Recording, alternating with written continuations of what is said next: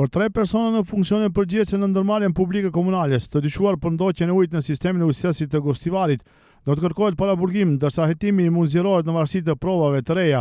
Kjo u bë e ditur sot gjatë një briefingu diorësh në Prokurorinë Themelore Publike në Gostivar. Të dyshuarit, drejtoresha e ndërmarrjes publike komunale Carta Hasani, drejtori teknik Leon Nureddini dhe personi përgjegjës për ujësjesin Valentin Dervishi, që nga ora 12 po japin deklaratat e tyre para gjyqtarit të procedurës paraprake Qirko Mjallovski. Pas përfundimit të dëshmive do të dihet nëse do të caktohen masa për sigurimin e pranisë së tyre.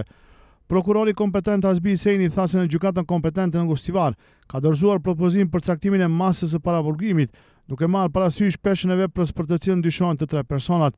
Sipas tij, motivi i të dyshuarve ka qenë përpjekja për të siguruar ujë sasi më të madhe uji në sistemin e ujësjesit të qytetit në një periudhë kur kishte mungesë të ujit të pishëm. Prokurori përsëriti se rezultatet e analizave kanë treguar ndoqje me baktere fekale në mosat e marra nga kanali dhe stacioni i Tejmbushës, ndërsa në kaptazhin e burimit uji ishte i pastër. Mostra e 4 e marrë nga një çezme në qytet ka treguar një përqendrim më të lartë të klorit.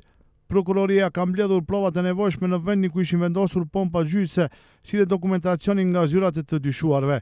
U bë e ditur se stacioni i Tejmbushës, ku dyshohet se është kryer veprimi inkriminues, shërbente për shkarkimin e ujit të tepërt nga sistemi i ujësjesit në kanalin që kalonte aty pranë. Megjithatë, nuk duhej në asnjë mënyrë të ndodhte përzierja e ujit të kanalit me infrastrukturën e ujësjesit. Në pyetjet e gazetarëve u përgjigj edhe prokuroria Zyra Selimi, e cila ishte prokurore kujdestare në terren që nga 15 koriku. Ajo tha se kishte lëshuar urdhrat e nevojshëm dhe kishte ndërmarrë veprimet e domosdoshme.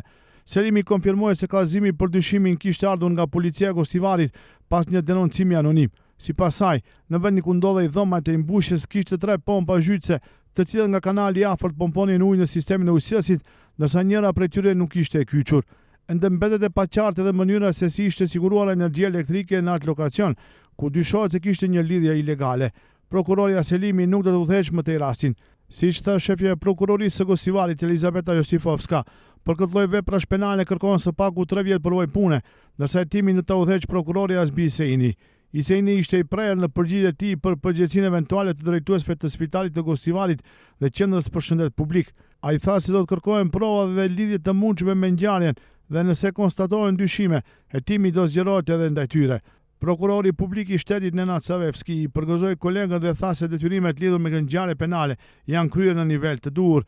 Ai vlerësoi edhe qytetarët që e kanë denoncuar rastin, duke theksuar se me këtë kanë treguar ndërgjegjësim dhe përgjegjësi të lartë.